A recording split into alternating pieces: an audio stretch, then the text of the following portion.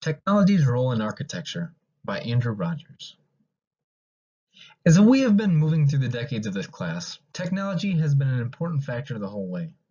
As time periods change, the technology is notably changing as well. Drawing way back, we can see technology being used to spread information through written text, which allowed information to be more available. More recognized technological advances in architecture are materials such as iron, steel, and glass. These are just a hint at technology when it relates to architecture.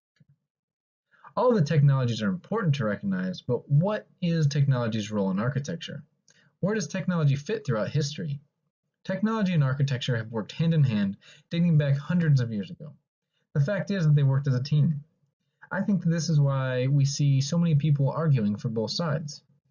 The whole process started before the context of this class, but to condense the information to this class specifically, we need to go back to the first decades of the 18th century. The early decades of the 18th century was a time that architectural publications were improving in number as well as in quality. Many of these publications were inspired by the four books of architecture. As works of this time started to be published, they quickly began to spread all over. Specifically looking close to home, these published works started to make their way to the colonies, as people started to travel here from their homelands. As they arrived in the colonies, so did the books. These books held many styles and sought-after ideas in architecture. Once these ideas migrated here, through these books, we started to see architecture in the colonies be influenced by them. People wanted to see a little bit of their homeland, so they would build in similar ways. For example, we see Carpenter's Gothic in America, which comes directly from the Gothic architecture overseas. America's twist on it is using more wood because the new machinery is more usable. As time moved along, so did the use of printed text. Published works became more and more prominent. The technology of printing and publishing influenced architecture greatly at this time. As publications helped to get more information from place to place, train travel also helped with the expansion of styles. Train travel helped to get people from one place to another, as well as goods. When train travel came to be, it allowed architects and designers to be able to reach further distances. This allowed different styles to be used in different geographic locations. Another important time period of technology to mention is the Industrial Revolution. The Industrial Revolution was a time from about 1820 to 1840 when there was a monumental shift in the manufacturing process. It was a shift from the handmade items to machine-made items. This included steam power, water power, mechanicized factory systems, etc. Iron production was a part of this time as well. The Industrial Revolution in architecture has enough information for this whole paper, or this whole slideshow, but I must condense it. As mass production started to become more prominent, it caused cities to become dense and overcrowded. Buildings started to be built extremely close together, and they did this to fit everything that was needed. This led to threats of devastating fires, which led to the creation of fireproofing. Going back to the original question, I think it is safe to say that new technology of fireproofing was driven by the architecture, not the other way around. The architecture was already there, and was already going to be there, but it was helpful to incorporate this new technology. Getting back to the main point of technology's role, we know that machines can help us manufacture things that would be very difficult to efficiently create by hand. For example, think of iron. In the past, we were able to make things out of iron, but it wasn't feasible to construct a large structure of iron because the process of making it would take way too long. Luckily, there were ways invented to create iron faster and more efficiently, which made it possible to use use iron to create larger structures.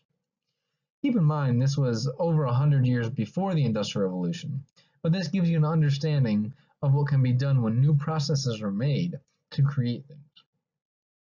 This is another point that goes back to our main question. As we look at architecture before the Industrial Revolution, we see that it was doing well. Things were successful. The Industrial Revolution arguably aided in some of the aspects of the building process, which is another reason why I say that technology and architecture work hand in hand. New ways of glass making is also an important detail in our technology of architecture. We have seen glazing in architecture for many years, but glass has historically been expensive. Well, that is until 1832, when the Chance brothers created roll plate glass, which made it possible to get larger pieces of glass for more affordable prices. This was the start of the use of large glass pieces in architecture. We now see buildings with primarily glass curtain walls, which is commonly used in modernist buildings. The last two technologies I mentioned were iron and glass. The most influential building using these two materials as the primary pieces of construction was the Crystal Palace.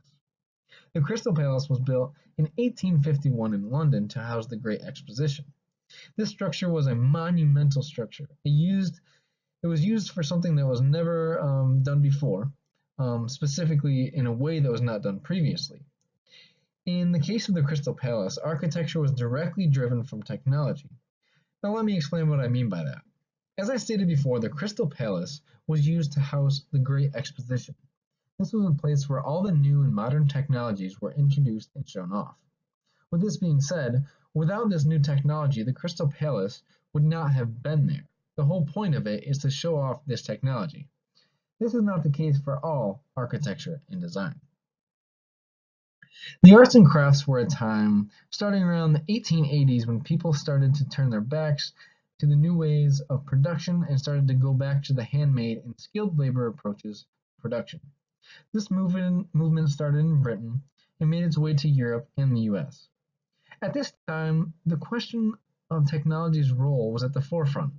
Was it better to make cheaply made and affordable products at rapid speed, or was it more important to value the craft and the end of the individual object and use skilled craftsmen to complete a job?